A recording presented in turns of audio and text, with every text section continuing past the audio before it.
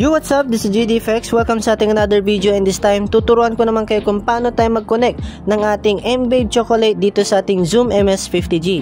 So ang gagawin lang natin dito, which is yung mga presets mode lang. So napakadali lang ng steps, so kailangan sundan nyo lang yung mga gagawin kong steps. At may mga materials din tayong kakailanganin mamaya. So first of all, ang gagawin natin, i-connect natin si M-Babe Chocolate dito sa ating device. Kailangan pipili muna tayo ng mode kung ano yung dapat natin piliin for the preset mode. So syempre, nakakonect na siya, naka-Bluetooth na din. So gagawin natin, punta tayo sa CubeSuit. Ayan, tapos makikita nyo dito, naka-Advanced Custom Mode 1 tayo.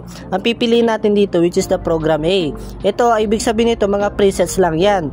So na-connect na natin siya. Exit na natin yung Bluetooth.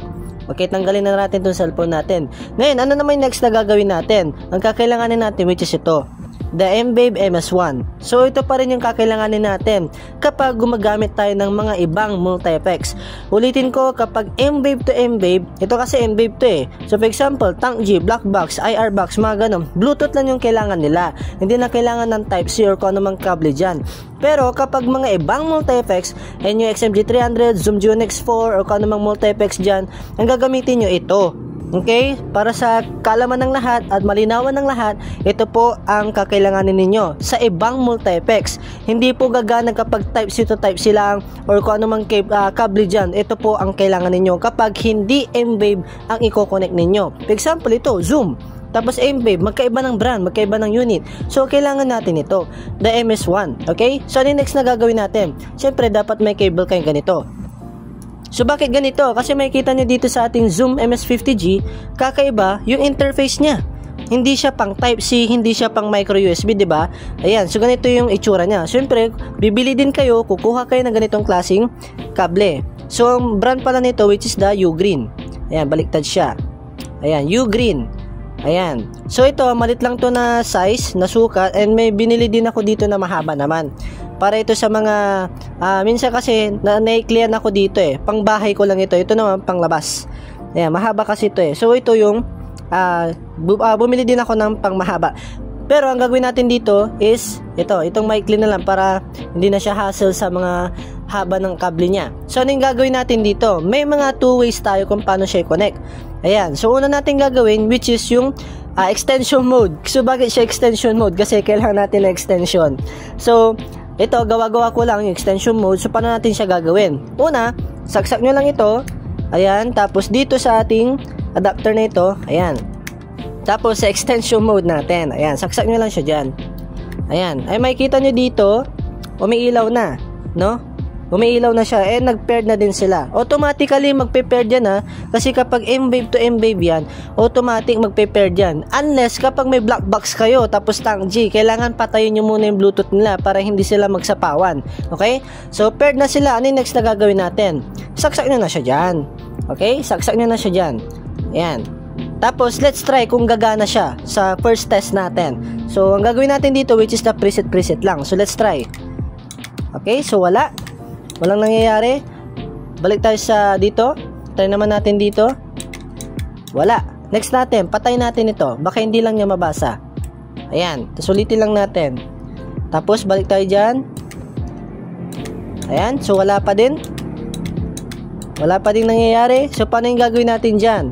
Uulitin lang natin siya. Kasi may times talaga na nag-error, hindi niya mabasa. So try natin patay nito. Ayan. Tapos saksak natin ito. Ayan, minsan din kasi kailangan nyo ng ng try and try para mag-success siya. Ayun, so gumagana na. 'Di ba? Ganun lang, kapag hindi lang siya gumagana, hindi siya nagko-connect, ulitin niyo lang, patayin niyo lang yung cable, yung power supply, I mean. Ayan, so try natin dito. Wait lang. Ayan, diyan para makita nyo na naglilipat na siya. So, 'di ba? Napakadali. Try natin sa next mode or next bank. Oh, 'di ba? Parang Tank G lang din. Hindi na kayo mahirapan. Ngayon, ano yung mga, natin dito, mga other ways kapag ayaw nyo gumamit ng extension mode. Ito na yung second way natin or second method natin, which is bumili kayo ng power supply na merong out, pang USB out. So paano yung gagawin natin dyan? Kapag ayaw nyo ng extension mode, bumili kayo ng power supply na merong USB out. So tatanggalin nyo lang siya. Ayan, tanggalin natin yung extension mode natin. Tapos ang next na gagawin natin, which is ito, isasaksak nyo lang siya dito. Ayan, sa USB out. Wait lang.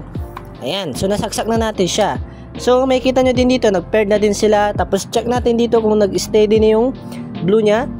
Ayan, check natin. Ayan yun, nag-steady na siya. So, meaning, paired na silang dalawa. Sige, let's try na gawin ulit natin ito. Ayan, o, diba? O, hindi nyo na kailangan ng extension mode. As in, ito lang talaga. Yung power supply na merong USB out. So, napakadali lang kung paano siya i-connect. Ayan, try naman natin dito sa likod.